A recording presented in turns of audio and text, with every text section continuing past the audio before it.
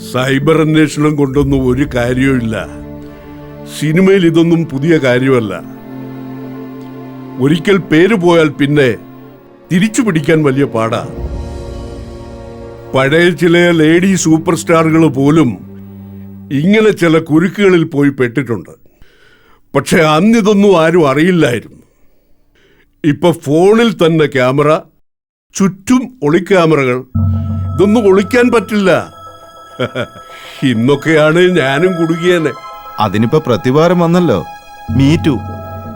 സൂക്ഷിക്കുന്നത് നല്ലതാ നമ്മളെല്ലാരും.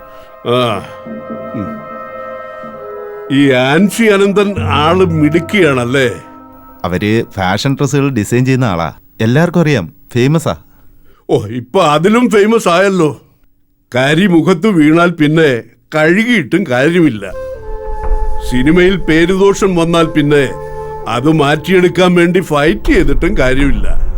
രക്ഷപ്പെട്ടു പോകുക എന്നുള്ളതാണ് പ്രധാനം. ഞാൻ പറഞ്ഞത് അനന്തന് മനസ്സിലായല്ലോ.